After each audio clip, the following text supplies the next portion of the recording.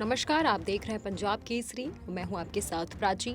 ED के 3 समन मिलने के बाद दिल्ली के मुख्यमंत्री अरविंद केजरीवाल ने आज प्रेस कॉन्फ्रेंस करी और बताया कि वो जांच में सहयोग क्यों नहीं कर रहे हैं।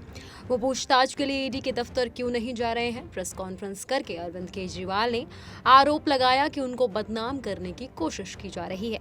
ईडी के समन राजनीति से प्रेरित है। खुलेआम गुंडागर्दी चल रही है, जिसको मर्जी उठाकर जेल में डाल दिया जाता है।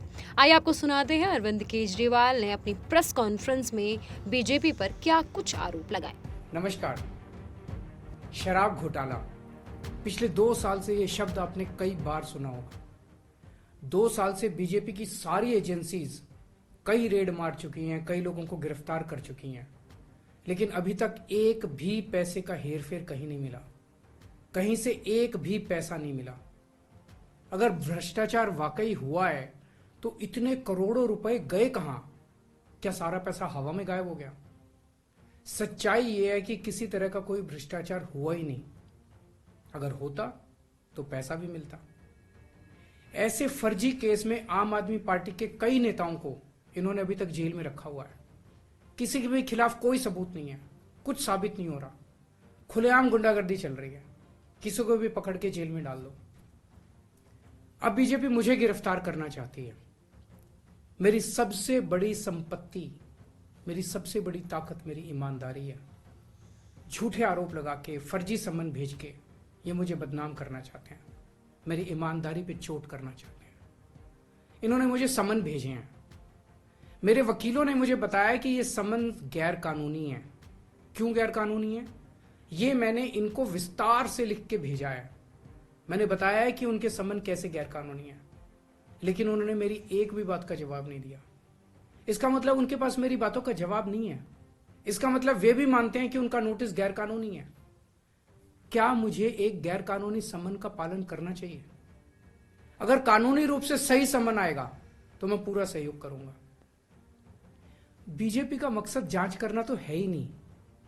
इनका मकसद तो लोकसभा चुनाव में मुझे प्रचार करने से रोकना है। ठीक लोकसभा चुनाव के पहले इन्होंने मुझे समन भेजा है। क्यों? इस जांच को चलते 2 साल हो गए। अभी ठीक लोकसभा चुनाव के पहले मुझे क्यों बुलाया जा रहा है? पहले क्यों नहीं बुलाया? सीबीआई ने मेरे को 8 महीने पहले बुलाया था। मैं सीबीआई में गया था, उनके सारे जवाब भी दिए थे। लेकिन अब ये लोग ठीक लोकसभा चुनाव के 2 महीने पहले मुझे बुला रहे हैं।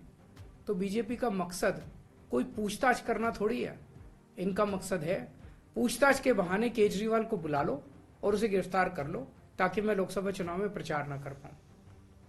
आज बीजेपी भ्रष्टाचारियों को नहीं पकड़ रही, बल्कि खुलेआम ईडी और सीबीआई का इस्तेमाल करके दूसरी पार्टियों के नेताओं को तोड़ के बीजेपी में शामिल करवाने का काम किया जा रहा है।